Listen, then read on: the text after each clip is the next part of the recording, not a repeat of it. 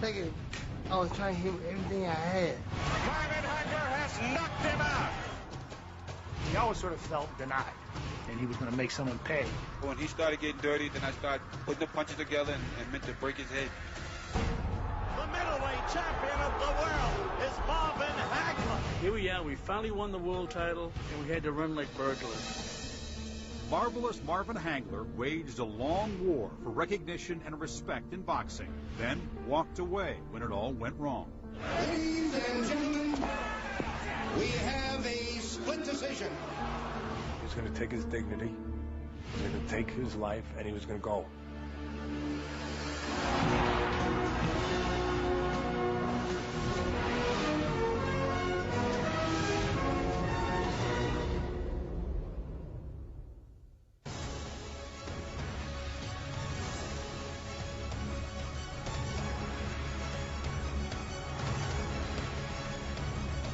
He used to intimidate his opponent.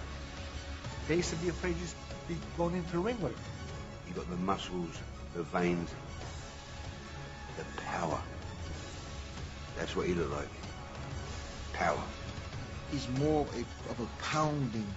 Just think of a piston just constantly pounding. It's like a thud. It's like boom.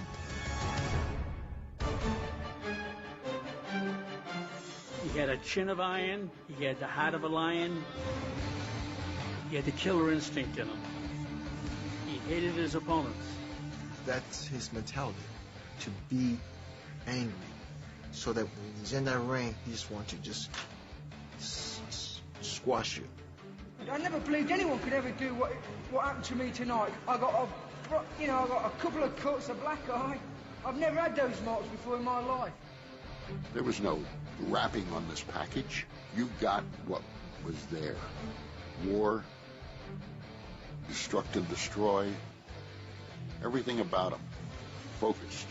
And this bullet head made the whole Marvin Hagler look like exactly what he should have been, an executioner.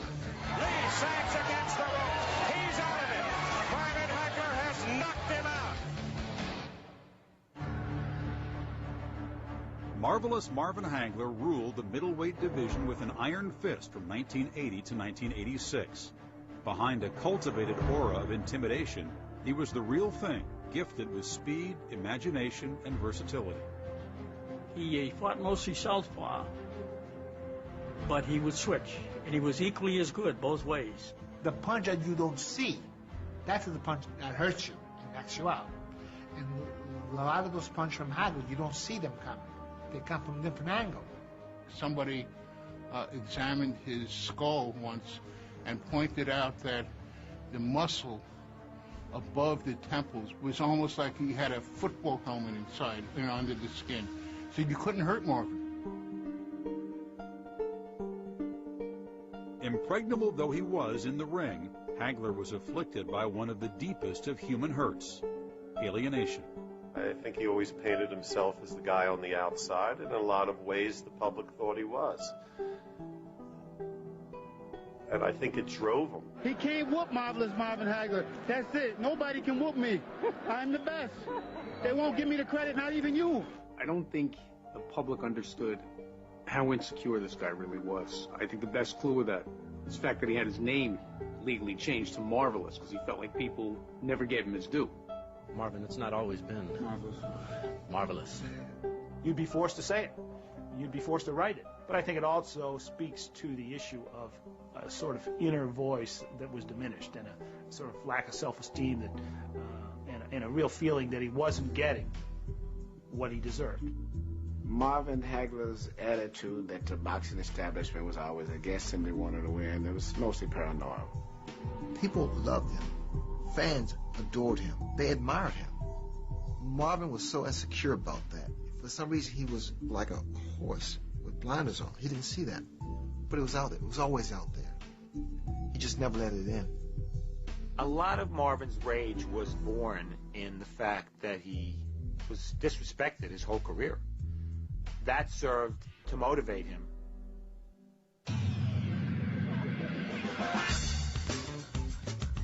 Never was that disrespect more clearly demonstrated than on November 30th, 1979 at Caesar's Palace, where the 25-year-old Hagler was one of two fighters getting title shots. The other was the deft and charismatic Sugar Ray Leonard. Marvin Hagler challenges Vito Antuofermo for the middleweight title, gets $40,000. Ray Leonard is also a challenger, and the same card gets paid $1 million. And if you're Marvin Hagler and you know how good you are, that's very hard to swallow. He is really chewing up Antuofermo at this point. Dominant through most of the early and middle rounds, Hagler, a 4-1 favorite, was believed by his corner to be well ahead when he dropped into a defensive mode as the champion rallied late in the 15-rounder. Mills Lane, who was the referee in that fight, stood there in the center of the ring, and he said to Marvin Hagler, "Congratulations. Now when they make the announcement, you face this way, and I'll raise your arm." The decision is a draw. It's a draw. Antuofermo is still. Vito retains the title. Hagler absolutely disgusting. When the decision was announced, it upset me so much that I went back behind the stands and threw up in a garbage can because we just didn't do right that night. He never forgot that night that he won the title and didn't get it. To him, it was a confirmation of all the things that had happened to him all his life. He was never going to get a fair shake. Not in boxing, not anywhere. You can't leave it up to the referee, and you can't leave it up to the judges. There's only one way to do it, is to do it my way.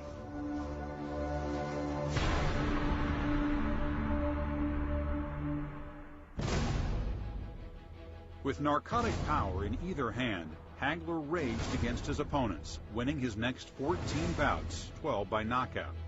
In 1985, he met an equally lethal puncher, known as the Hitman, Tommy Hearns. This man is coming. This man's coming at me, trying to do damage to me. I gotta get him out. And I was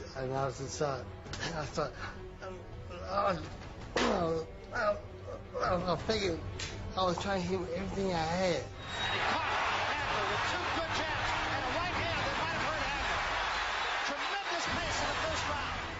You asked yourself, how can they take him? Because they're throwing bombs. I mean, each punch, it's like it's loaded with dynamite. When I hit Hagler with them punches, I felt the impact to go up my arm into my shoulder. So I knew I hit him hard, and he still was standing there. He was just still coming. There were 165 punches in 180 seconds, and every one of them thrown with the intention to hurt the opponent. This may be the most brutal even round you've ever seen in boxing. Marvin Hagler had a cut above his eye, and then you had this Hearns, like this stunned look, like he didn't know what had hit him. That was the wildest first round in the history of mankind, caveman days or otherwise. In the second and third rounds, Hagler stayed on the attack, absorbing punches and pressing forward, banging away with both hands. But he got as good as he gave. Hearns was always considered one of the hardest punchers in boxing. He throws his vicious right hand and busts Hagler's head wide open. So the doctor comes in and he blocks the blood and he says to Marvin, "Can you see, Marvin?" And Marvin says, "I ain't missing him, am I?" Hagler immediately thought the same thing he always thought. They're going to screw me again. They're going to deny me again. This is my moment. He'd been ripped off before. He wanted to end that fight as soon as he could. And when that blood started pouring down his face, you saw the real tiger, Marvin Hagler.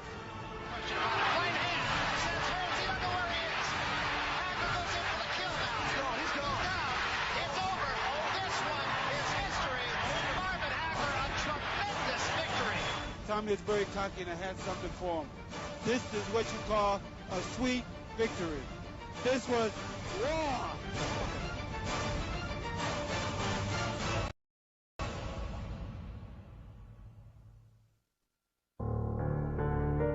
There were nights when literally she and all the kids would be on the floor because they were afraid of bullets coming through the windows.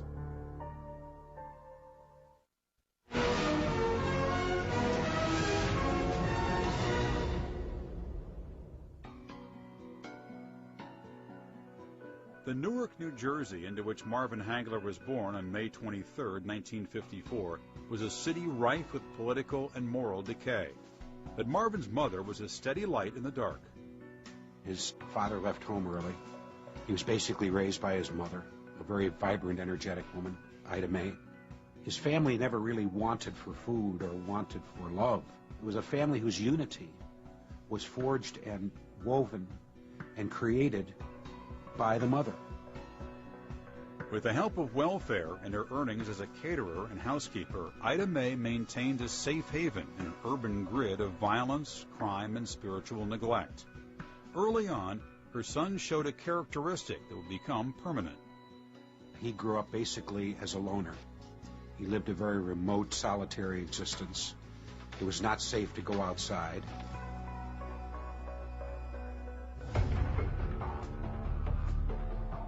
Dominated by poverty, despair, and pent-up rage, Newark's African-American neighborhoods hit a flashpoint in the summer of 1967. The trouble began when a black cab driver was arrested and beaten by police. The next thing you know, the store windows are getting broken. Molotov cocktails go. This was a city that had become a nightmare. Bullets were flying everywhere. They could hear police running across the rooftops, cursing and screaming, looking for snipers, looking for looters. During 6 days of rioting, 26 people were killed, more than 700 were injured, and nearly 1,500 were arrested. There were nights when literally she and all the kids would be on the floor because they were afraid of bullets coming through the windows.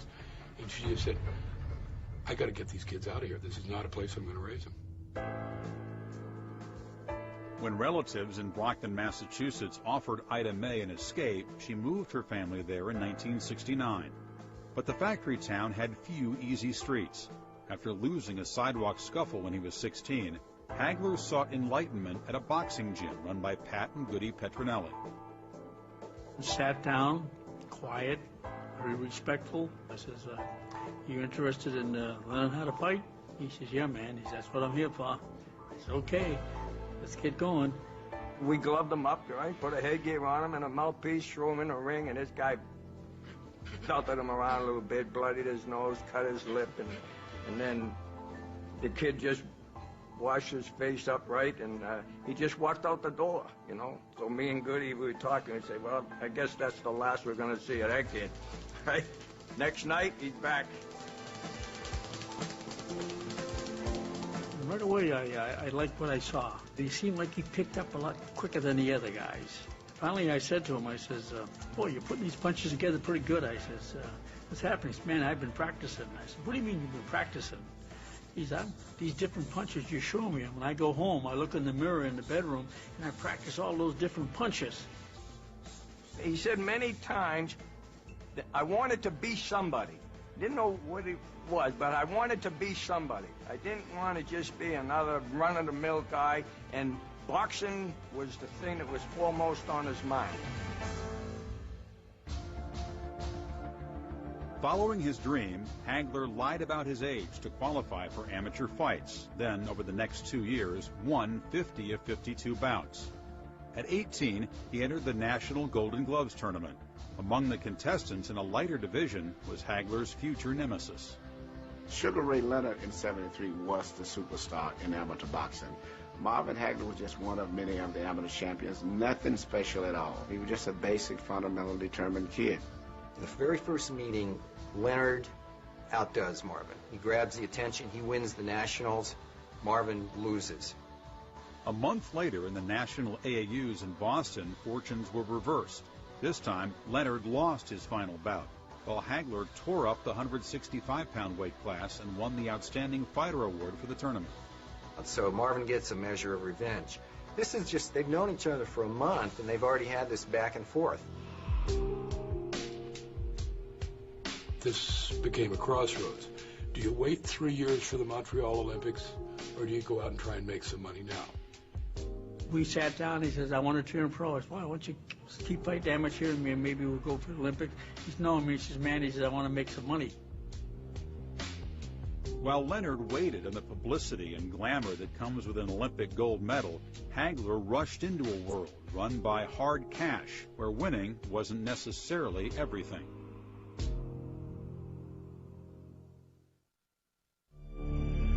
It was too quick, it was too bloody, and a riot ensued.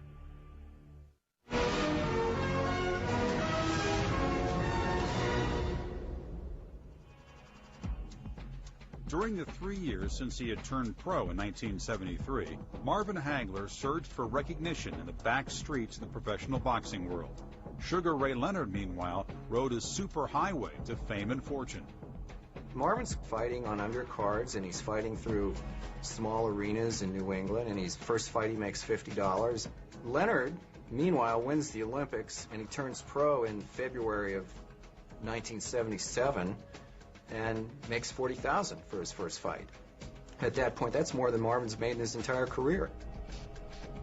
Ray Leonard was a star with that megawatt smile. He really succeeded Muhammad Ali as the superstar celebrity of boxing. Handled by the relatively unknown Petronellis and regional promoters, Hagler had difficulty getting quality opportunities, despite going undefeated in his first 26 fights. Joe Frazier always told me he had three things going against him. He was a southpaw, he was black, and he was good. He was the easiest kind of guy to avoid.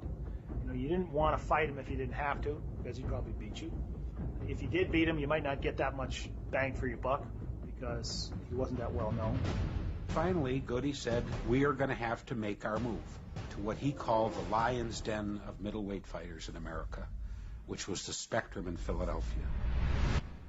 He lost to Bobby Watts, he lost to Willie Monroe. He had to go back to Philly one more time, and it was 3 strikes and you're out. If he loses to Cyclone Hart, it's Palookaville for Marvin. He comes out aggressively now, and then comes up to the left, and he goes down. Eugene Cyclone Hart goes down to the left hand by Marvin Hagler. He just kept working and working and working, figuring the end of the rainbow. The pot of gold is there at the end of the rainbow, and I'm going to get it. Even though Hagler beat more ranked fighters than some champions had ever faced, a shot at the middleweight title continued to elude him. He always sort of felt denied, and that really drove him to have a great distaste for a lot of people, Sugar Ray Leonard being the most obvious example.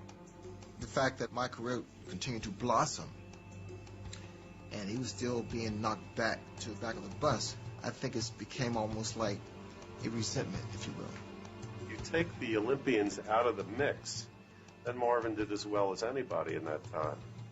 You couldn't get a title fight in those days with 15 fights. You had to have 35 or 40. Hagler's loyalty to the Petronellis was regarded by many in boxing as the primary reason for his slow progress up the ladder. The bottom line was that boxing was run like a cartel, and they refused to play ball with the cartel. At one point, Marvin's thinking about going out to the West Coast and finding a different manager. He decided to stay. It wasn't long after that that Marvin's attorney, Stephen Wainwright, enlisted political help. I got 2 letters, one from Tip O'Neill, who was Speaker of the House, and the other from Senator Ted Kennedy, both of whom made it plain in their letters that if I didn't arrange for Marvin Hagler to fight for the middleweight championship, that there would be a congressional investigation. Promoter Bob Arum, a boxing world kingpin, got the message and gave Hagler a title shot against Vito Antuofermo. Although his 50th bout ended in a stalemate, Hagler had finally broken through. 10 months later, in September of 1980, he met a new middleweight champion, Alan Minter, in London, but not before the match was tainted by a misguided remark. I says, well, no black man's going to take my title. But I was told to say it.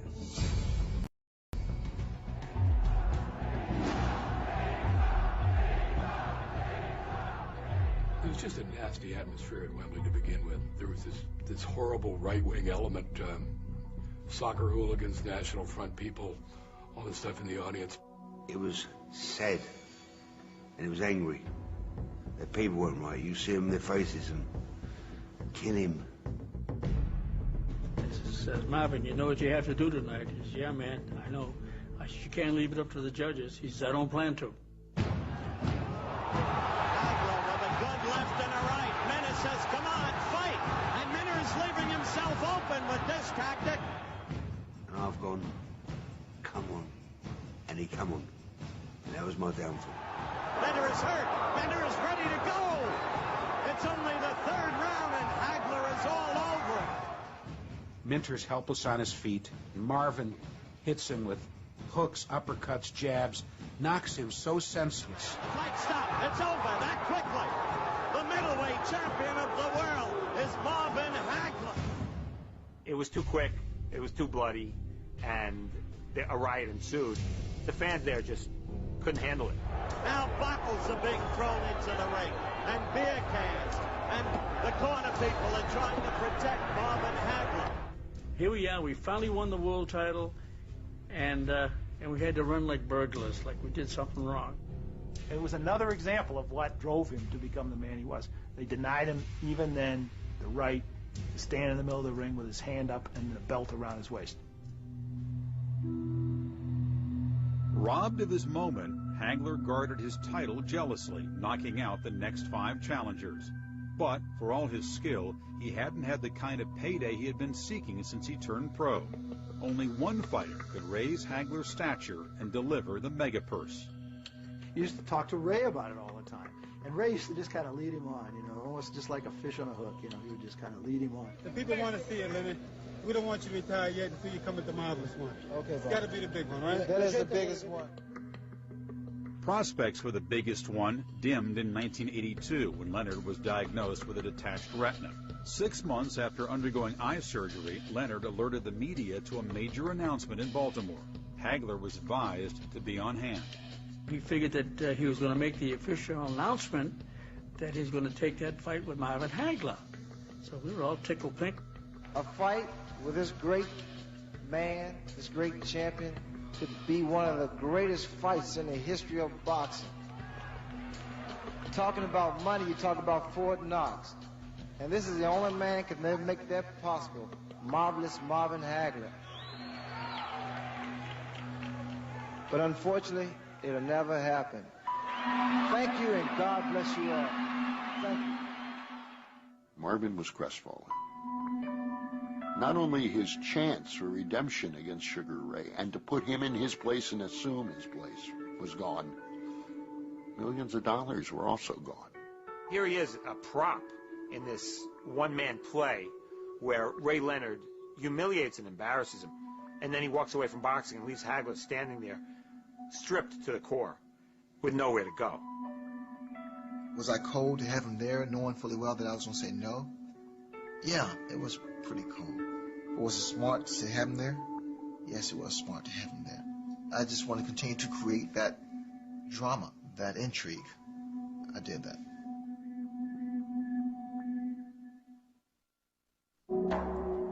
It was the first time I saw a fighter, when he urinated in the cup, that it was blood.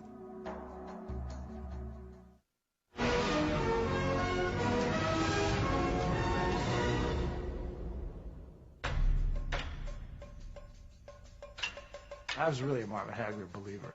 He was the most dedicated fighter I've ever been around in my life. I mean, when he went to training camp, he used to call it going to prison, and he meant it. I mean, he isolated himself, usually out in Provincetown, way at the tip of Cape Cod. Whether it rained, whether it snowed, whether the sun was shining, we're up with the crack of dawn, and we out there would hit that road. Couldn't think about it. Gotta do it. Who's the champ? I'm the champ. No family, no friends, nothing. As the fight would approach, he would purposely get mean. We'd have 4 or 5 sparring partners sitting at ringside with headgear on, ready to go. 2 rounds, 3 rounds, Mom would say, get him out of here, give me somebody else in here, right? A fresh body. That was him. He was vicious and mean. By the mid-1980s, Marvelous Marvin Hagler had taken on all comers. After 11 title defenses over 5 years, he stood alone, wealthy, respected, and satisfied. Long-time champions are rare. Hagler was one of those champions who wanted to stay on top of the mountain. The only thing that counts, man, is that I'm taking these back home. That's all that counts, man. That's all that means anything to me. I think there was a feeling of being somebody, because that championship belt meant the world to him. That was his identity. That was Marvin Hagler. With Sugar Ray Leonard still in retirement, Hagler focused on breaking Carlos Monzon's middleweight record of 14 title defenses. In 1986, he looked for number 12 against John the Beast Mugabe, who had won all 26 of his fights by knockout. Mugabe is a slugger, total slugger. And I noticed that Mugabe was outboxing Marvin for a while. When Leonard sat there that night, the Marvin Hagler he saw wasn't marvelous anymore. A little bit lack of reaction time, a little bit off on his speed. Some of the body shots that he sustained from Mugabe were unbelievable.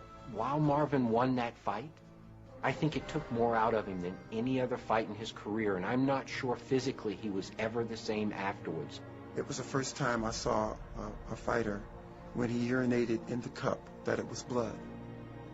Mugabe was a rough customer, and Marvin finally beat him. And then he said to me, he said to Pat, "That's it. I'm not fighting anymore." Though he didn't announce his retirement, Hagler settled into a comfortable life with his wife Bertha and 5 children.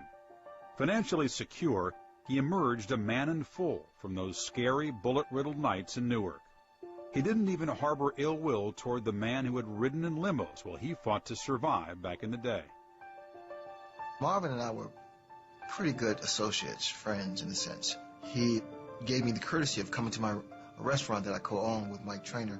And that evening we sat around, had a couple glasses of champagne, and every question that I asked him, it was always responsive being somewhat negative, like I'm not motivated, I cut too easy, it's just not in my heart anymore. You know, he's telling me all these things. I'm saying to myself, this would be the perfect time to fight him. It was all a con by Leonard. He was never Marvin Hagler's friend, but Marvin Hagler mistakenly thought that he was. He got sort of lured in by the same things, ironically, that he hated. You know, the smile, the slap on the back, the phony, hey, how you doing? You know, he bought into it too. On May 1st, 1986, just 7 weeks after the Mugabe fight, Leonard announced he would come out of retirement to fight Hagler for the middleweight crown. Yet the champ, after years of denial, was slow to accept.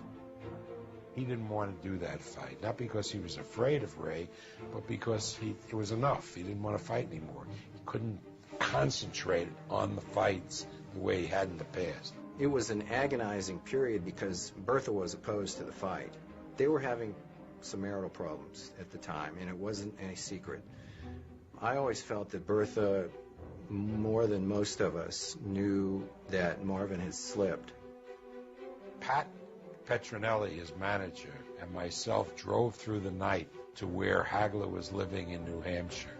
Pat sat down with Marvin to convince him to take the fight.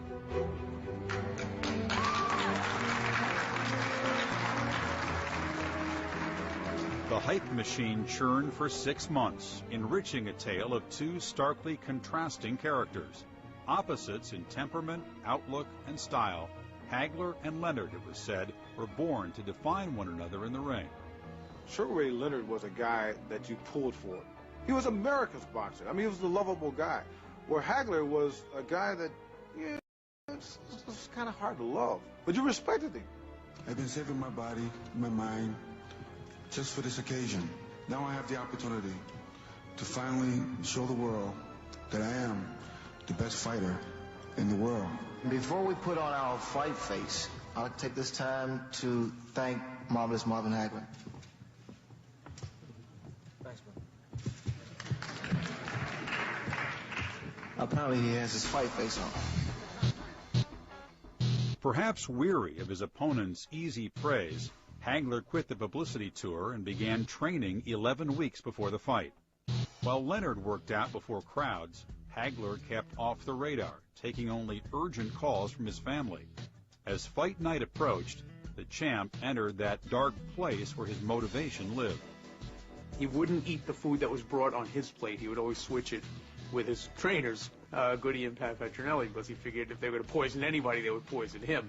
Marvin's camp was very paranoid. They didn't want to have any Ray Leonard spies in there. And Marvin was just in this war mode. He was like a bull that was snorting. Hagler and Leonard finally met on April 6, 1987 at Caesar's Palace, the location where, 7.5 years earlier, each fought for his first title. I was the inspector that night in Ray Leonard's dressing room, and the dressing rooms were adjacent to each other. When Ray was getting his hands taped by Angelo Dundee, that they were yelling through the wall, "Hagler, you're an old man. You're not going to win tonight." The intensity of Marvin Hagler at that point was unlike any other fighter I'd ever seen. While I examined him, I don't believe that he even acknowledged anything I said or did.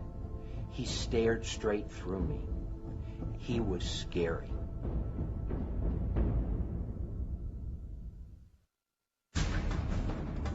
It meant more than just being a champion. It was about bragging rights.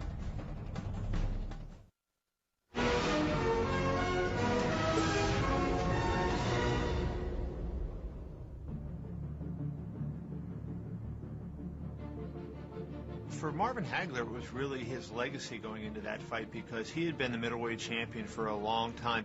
Sugar Ray Leonard was kind of like the cherry on top, and he really needed that to sort of validate himself. This is the main event of the night. 12 rounds of boxing for the WBC Middleweight Championship of the World. It meant more than just being a champion. It was about bragging rights. It was that moment of victory that will define who we are. What we all wanted to see was another Hearns Hagler. We all wanted to see Marvin tear into this pretty boy here and make him sorry that he took this fight.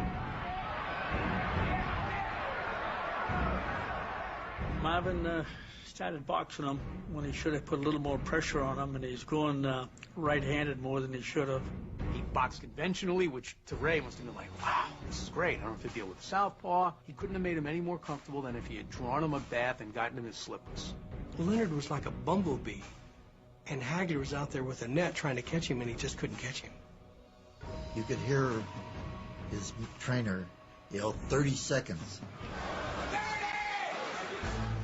And then Leonard would go into a flurry. I used to call them 30-second pitter-patters. That gets rounds. That makes, gets the attention of the judges, so you try to take every advantage.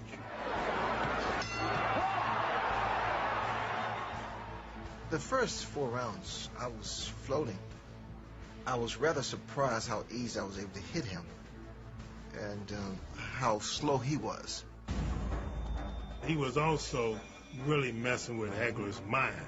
He was really trying to get into his head and get him to fight his fight, trying to tell Hagler, you're nothing but a puncher, you're a slugger, you don't know how to box. He said, slow down, you little bitch. Fight like a man. Fight me like a man. I said, not right now. Not right now. Now he's starting even to taunt Hagler. Smiling at him and just essentially saying, come on. And now Hagler's getting angry. No question about it. When that fight started, it was a Hagler crowd. By the 6th round, it was a Leonard crowd, because people were shocked that Ray was not only in there, but that he was winning. Hagler was really frustrated. And then he started coming, forget this boxing, I'm going to go ahead and knock this guy out. And that's when the fight really got exciting and got very close because he was winning those rounds. As Sugar Ray Leonard's legs tired, he began to linger dangerously within Marvelous Marvin Hagler's range. In the 9th round, the champion, a 3-1 favorite, appeared to be in control. And Leonard now with his back to the ropes. And another left hand by Hagler.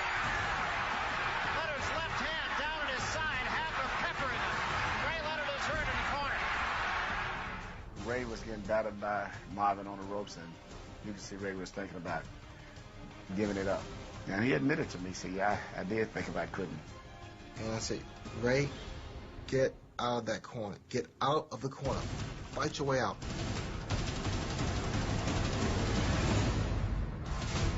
Ray Leonard was able to do in that round even more than he had done in other rounds of the fight, making it appear that he had won in such a way that he implanted that clearly in the judge's mind. Hagler was still cool. I didn't see at any time where the Petronellis felt desperate. Like, you know, he's winning the fight. You got to knock him out.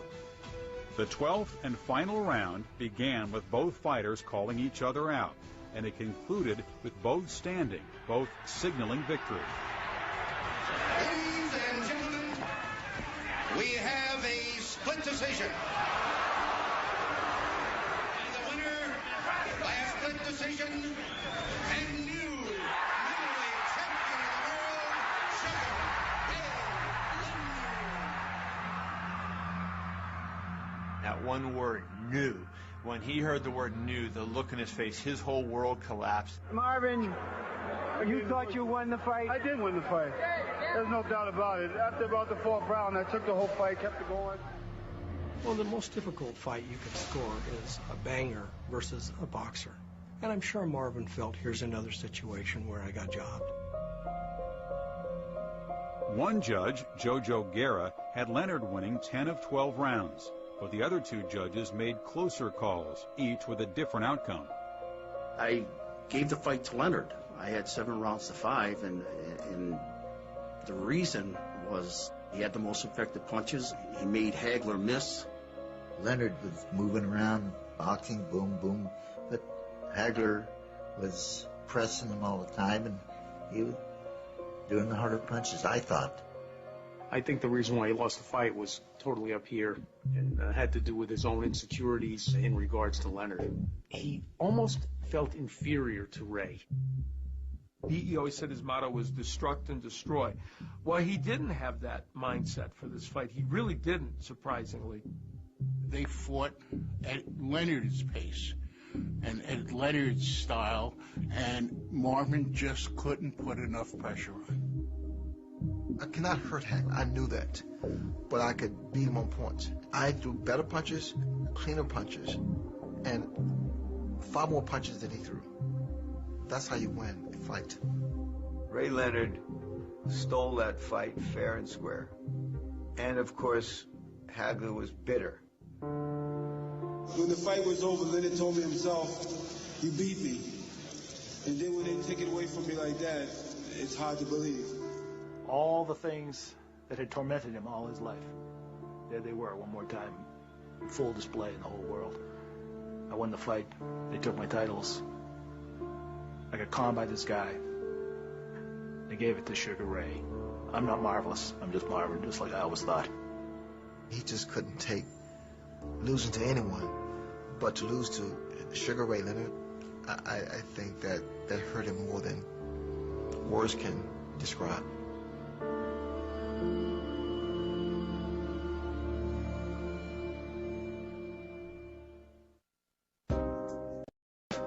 This had become a toxic event in his life.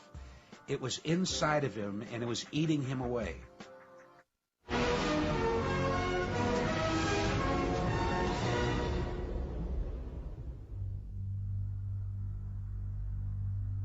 I have never seen a dramatic unraveling of a fighter or an athlete after one event. All the things that got him to the middleweight championship of the world.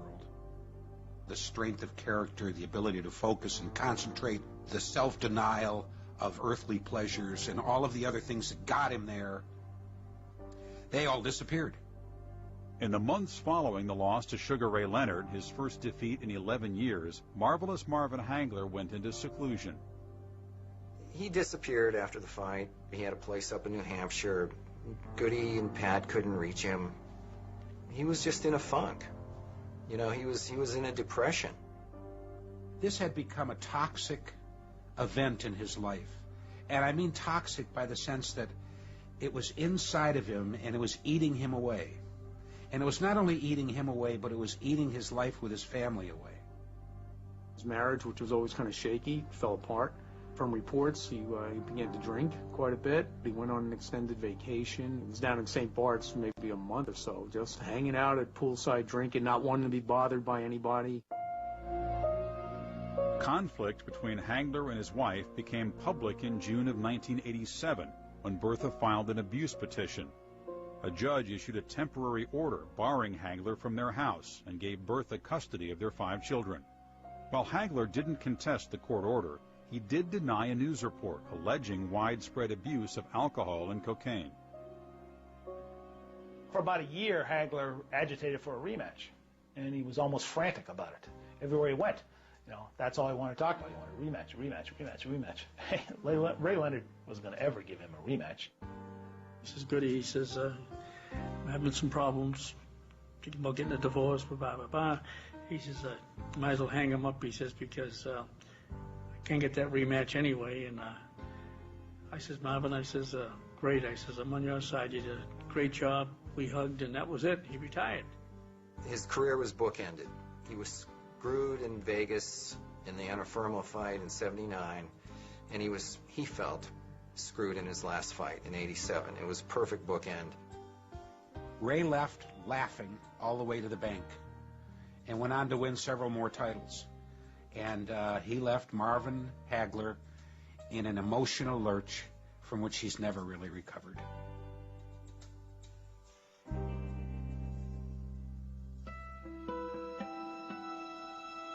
In 1988, Hagler, with a career record of 62-3-2, officially retired. The next year, he moved to Milan, Italy. He was going to take his dignity, he was going to take his life, and he was going to go. And he wasn't going to come back to something that he felt that he had respected for so many years, and in the end conspired against him, didn't treat him properly. He found a sort of, not only a second home there, but a home that fit his view of himself. He became a minor movie star there. He feels he gets there when he never got in the United States, which is the great respect for being one of the great fighters of all time. He met this girl that he fell in love with and married, and he has a new type life. Speaks good Italian.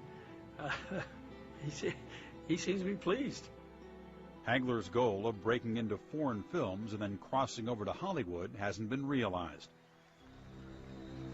He stays busy making personal appearances and doing speaking engagements. In 2006, at a charity event in Boston, he showed that the old pain still lived. The people were making noise in the crowd. It was a long night, and it was coming time to introduce him as our, main guest. And he came to me, grabbed me behind the microphone, and actually had thoughts of not going up. And he actually had tears in his eyes. As you were saying, these people don't understand. We have got the best boxers in the house of the world we have here tonight. And you're not giving us the proper respect by running around and not sitting down and listening to what we have to say. Because our whole life is right there on the screen. All he wanted was people to care about him, for people to love him.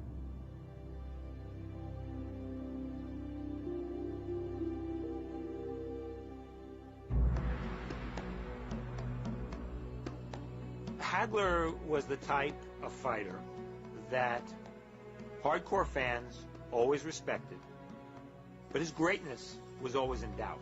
The reward for him is that after years of not getting the limelight, he's now considered among the greatest middleweights in history. He took on all comers, and he beat everyone, but his legacy, unfortunately, will be forever diminished by the loss to Ray Leonard. I don't think that's fair. I don't think the world will ever know, besides of his ring accomplishments, they will truly never know who Marvin Hagler is. Because he's such a private man, such a proud man. He won't let you in. He will never let us in to his world.